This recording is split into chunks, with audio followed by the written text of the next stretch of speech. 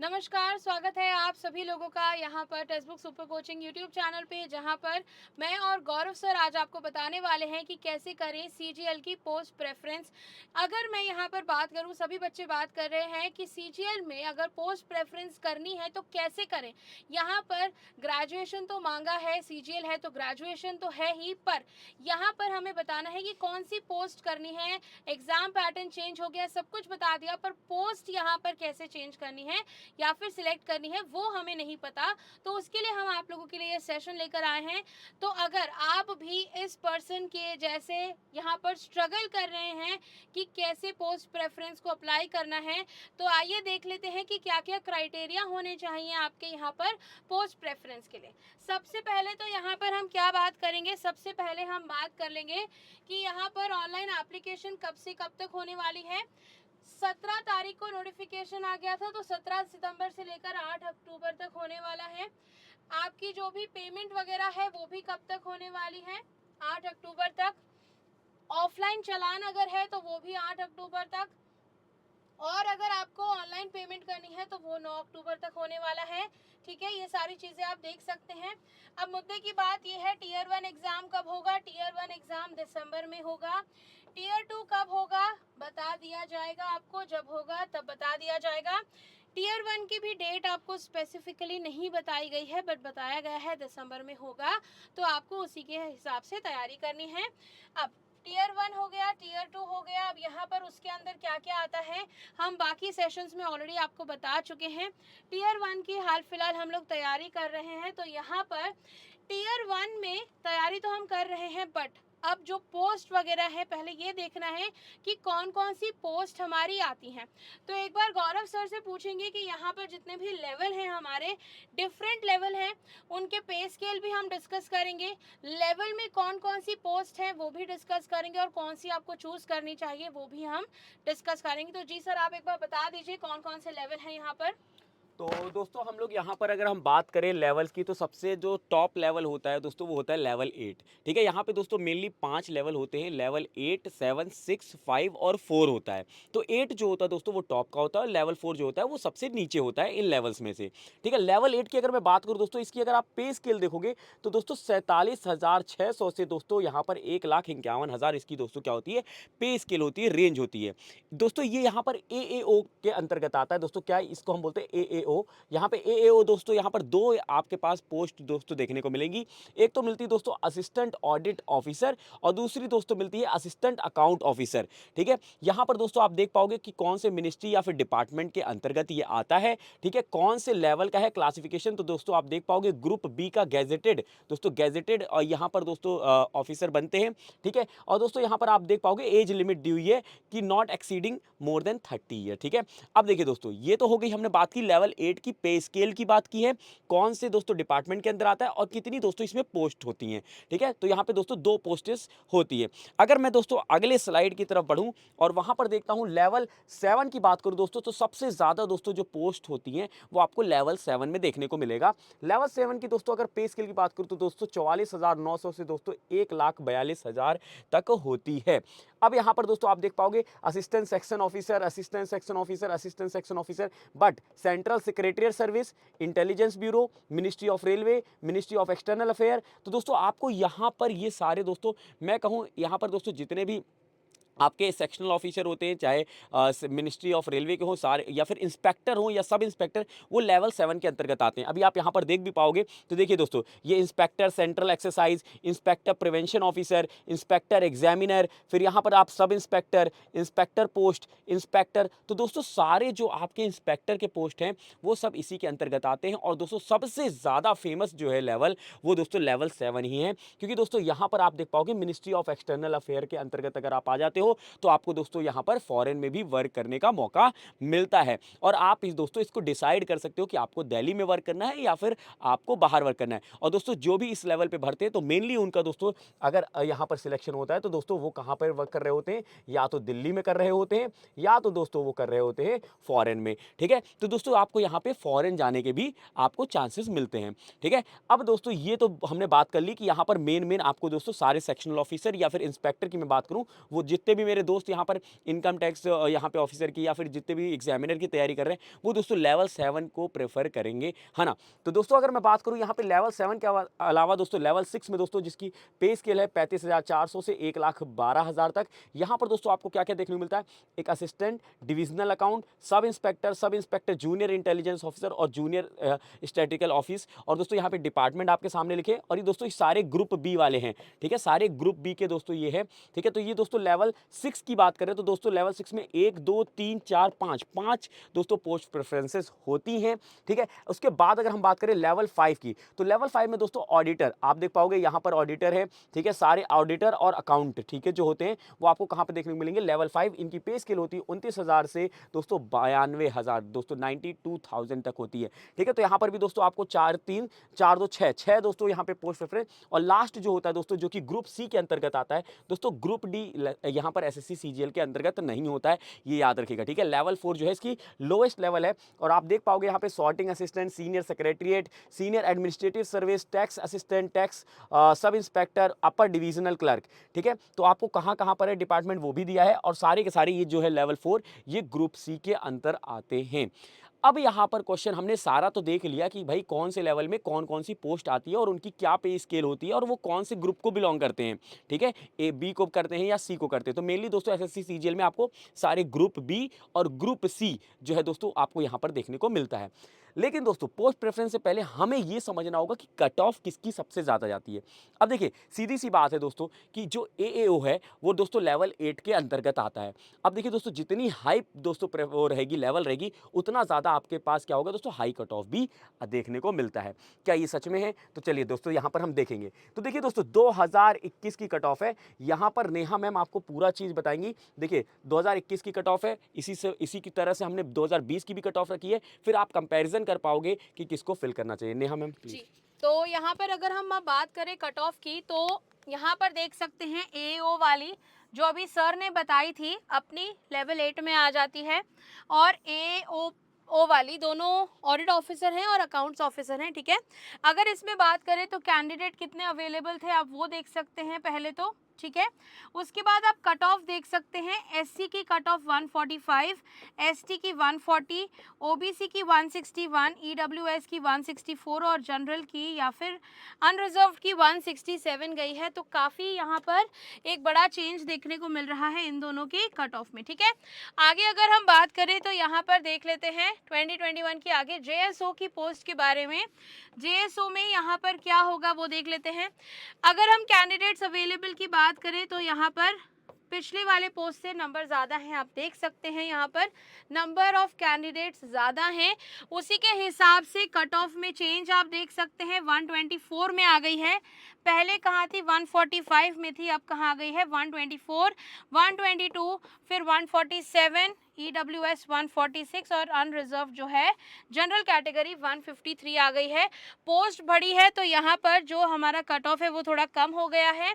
यहाँ पर पोस्ट काफ़ी कम थी क्योंकि जैसा कि सर ने बताया लेवल 8 का है, प्रीवियस वाला जो एओ वाला था। बाकी यहाँ पर हमने देखा 2021 का है ये, बाकी फिर से 2021 का बाकी पोस्ट की जेएसओ की देख ली, एओ की देख ली, बाकी पोस्ट की अगर मैं बात करूँ तो यहाँ पर कैंडिडेट्स की संख्या देखिए, पहले तो कैंडिडेट्स की संख्या कुछ ज़्यादा ही बढ़ गई है यहाँ पर। बाकी दोनों अगर स्लाइड से कंपेयर करें, कट ऑफ चली गई है 100, 140 से 120 और फिर 100 पर आ चुकी है, फिर 93, एसटी की, ओबीसी 119, ईडब्ल्यूएस 109 और अनरिजर्व्ड यानी कि जनरल की 132 पहुंच गई है। तो यहाँ पर अगर हम कंपैरिजन करें हमारी एओ वाली से, 167 से फाइनली हम 132 पहुंच चुके हैं, और पोस्ट में भी काफ़ी ज़्यादा चेंजेस हमको देखने को मिल रहे हैं।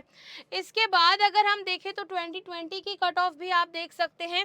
2020 की फिर से हम यहाँ पर असिस्टेंट ऑडिट ऑफिसर यानी कि एओ की कट ऑफ देख सकते हैं, जेएसओ की देख सकते हैं और रिमेनिंग पोस्ट की देख सकते हैं, जैसे अभी हमने 21 की देखी है।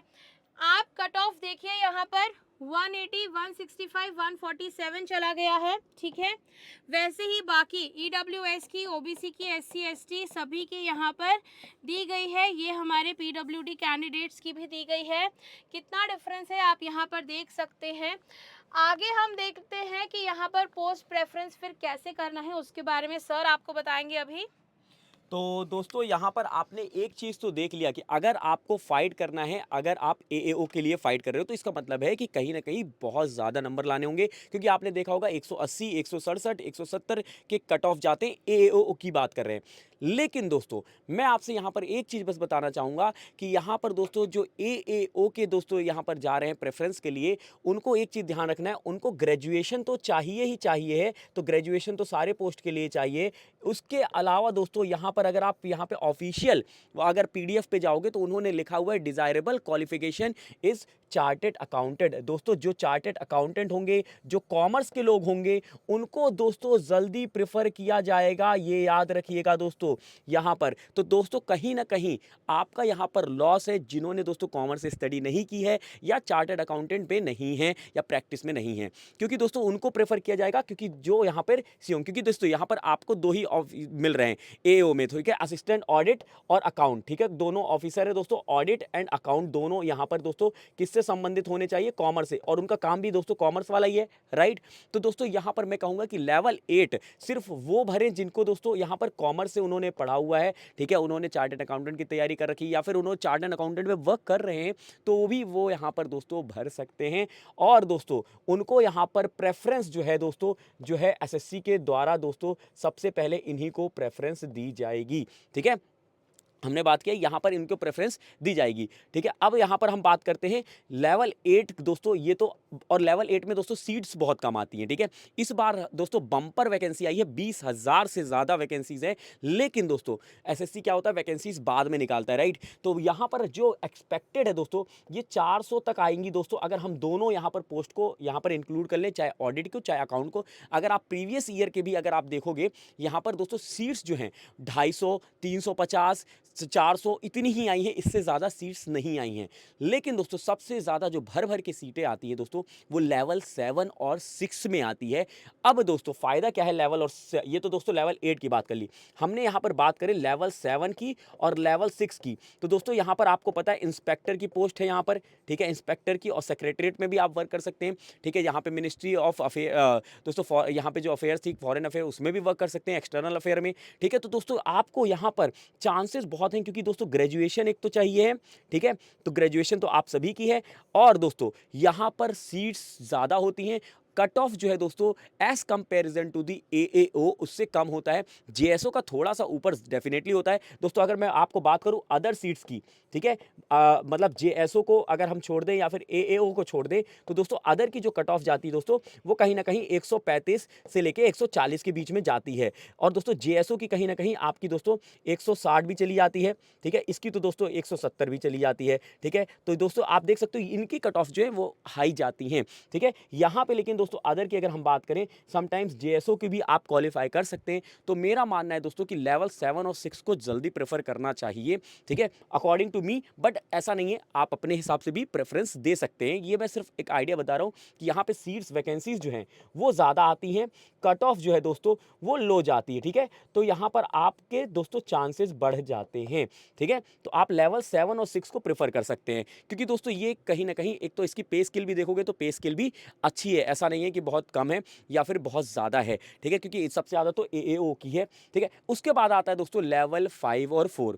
तो दोस्तों उसके बाद मेरे को मानना है कि अगर आप कॉमर्स के हो तो पहले आप जाओ दोस्तों ऑडिट, इसके लिए ऑडिट एंड अकाउंट के लिए, देन लेवल 7 और 6। अगर आप नहीं हो तो पहले लेवल और 7 और 6 के लिए जा सकते हो, फिर 5 और 4 के लिए जा सकते हो, फिर इसके लिए दोस्तों, क्योंकि आपको यहाँ पर प्रेफरेंस नहीं दी जाएगी, कॉमर्स और चार्टेड अकाउंट को पहले प्रेफरेंस यहाँ पर मिलेगी। तो दोस्तों यहाँ पर अगर मैं बात करूँ लेवल 5 और 4 जो होते हैं उनमें भी बहुत ज़्यादा वैकेंसीज होती है, और उनके कट ऑफ भी जो होते हैं वो दोस्तों कम होते हैं as compare to the JSO and AAO.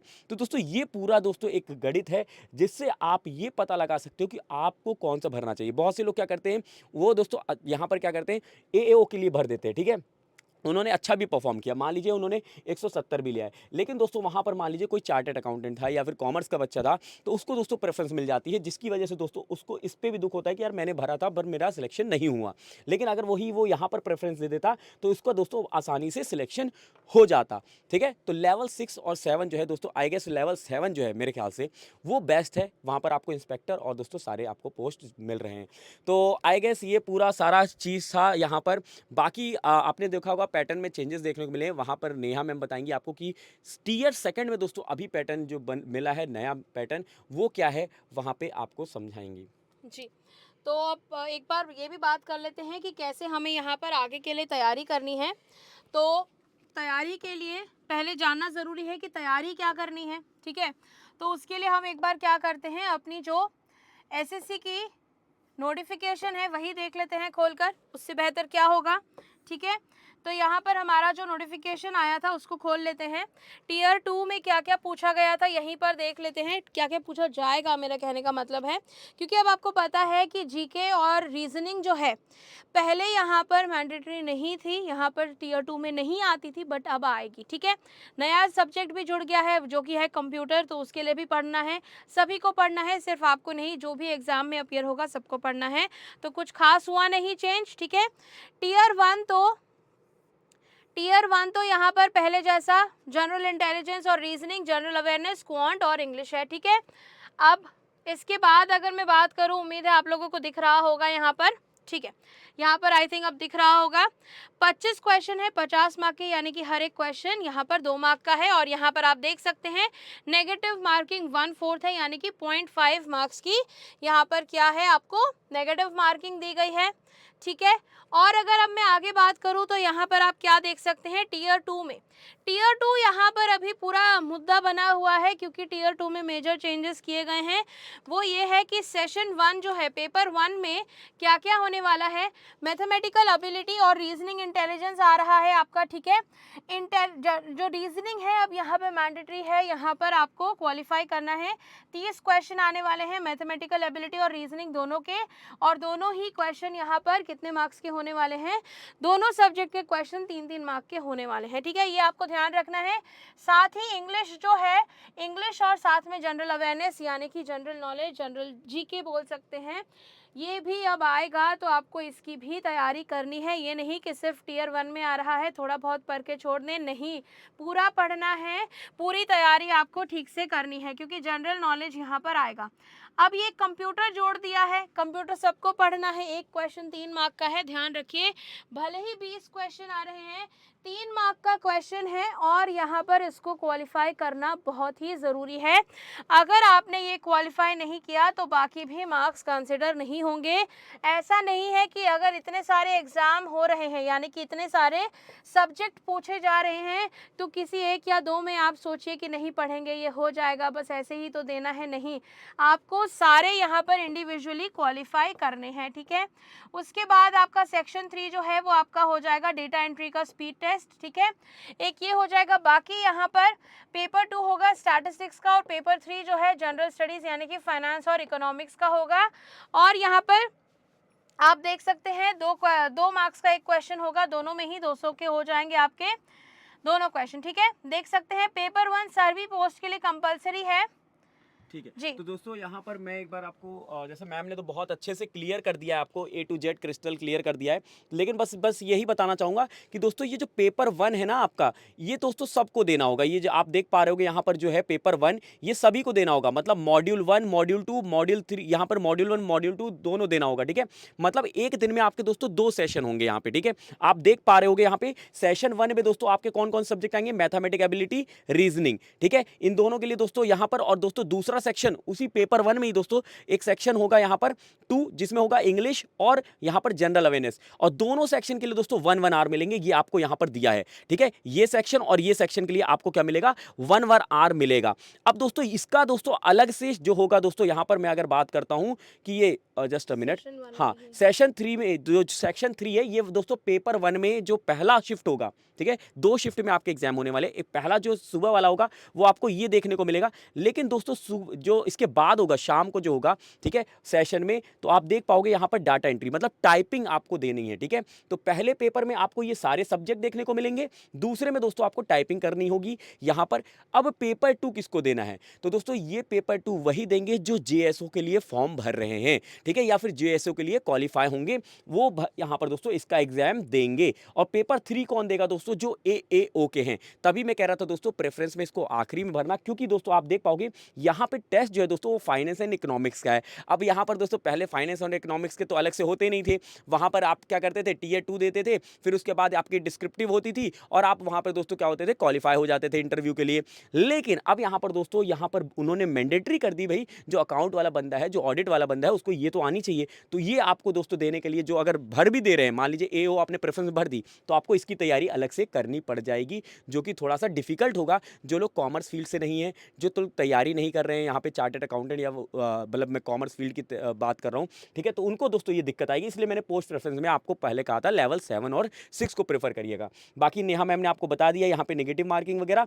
और नेहा मैम एक बार बता दीजिए कि किस तरीके से हम प्रेफर यहाँ पर तैयारी कर सकते हैं, क्योंकि बहुत से बच्चे अभी यहाँ पर कह रहे हैं कि पूरा पैटर्न चेंज हो गया है, हमें कहाँ पर ऐसा पैटर्न की तैयारी कराई जाएगी, या फिर मैं कहाँ से करूँ, कहाँ जी। यूट्यूब चैनल से करूँ, किसके उससे करूँ, तो आप एक बार वो बता दीजिए। जी सर, तो यहाँ पर एक बार देख लेते हैं कि पूरी तैयारी आपकी भरपूर तैयारी कहाँ पर होने वाली है। यहाँ पर आप देख सकते हैं भरपूर तैयारी होगी आपकी एसएससी सुपर कोचिंग से। एसएससी सुपर कोचिंग पे आपको जितने भी सब्जेक्ट्स हैं, सब सब्जेक्ट्स के लिए आपको क्या मिलने वाले हैं, एक्सपर्ट फैकल्टी जो आपके यहाँ पर हेल्प करेंगे, गाइड करेंगे। साथ ही साथ आपको यहाँ पर क्या मिलेगा, साथ ही साथ आपको यहाँ पर एसएससी के जो बेस्ट इंस्टीट्यूट्स हैं लाइक पैरामाउंट, परचम क्लासेस, इंडिया स्टडीज़, और यहाँ पर हमारे पास निम्बूज लर्निंग है, और बहुत सारे ऐसे बहुत इंस्टीट्यूट्स हैं जिनके आपको टॉप फैकल्टीज़ मिलेंगे, जिनके वीडियो कोर्सेज से आप तैयारी कर सकते हैं। वीडियो कोर्सेज से तैयारी करने के बाद आप यहाँ पर मॉक टेस्ट दे सकते हैं। 3000 से ज़्यादा मॉक टेस्ट आपको मिलेंगे, 200 से ज़्यादा स्टडी नोट्स मिलेंगे, उनसे आप रिविजन कर सकते हैं। उसके बाद ये जो एक्सपर्ट फैकल्टीज़ हैं, इनसे आप गाइडेंस ले सकते हैं। डाउट वगैरह जो सेशंस होंगे, डाउट सॉल्विंग सेशंस, उनमें आप इंटरैक्ट कर सकते हैं, अपने डाउट्स को पूछ सकते हैं, कॉन्सेप्ट्स को और अच्छी तरह से क्लियर कर सकते हैं। अगर मैं बात करूं यहाँ पर, तो अभी यहाँ पर आप लोगों के लिए जो टेक्स्ट बुक पास यूज़र्स हैं हमारे, उनके लिए यहाँ पर 50% का पूरा डिस्काउंट मिल रहा है सुपर कोचिंग पे। तो यहाँ पर अगर आप सुपर कोचिंग लेना चाहते हैं तो आप मेरा कूपन कोड इस्तेमाल कर सकते हैं नेहा।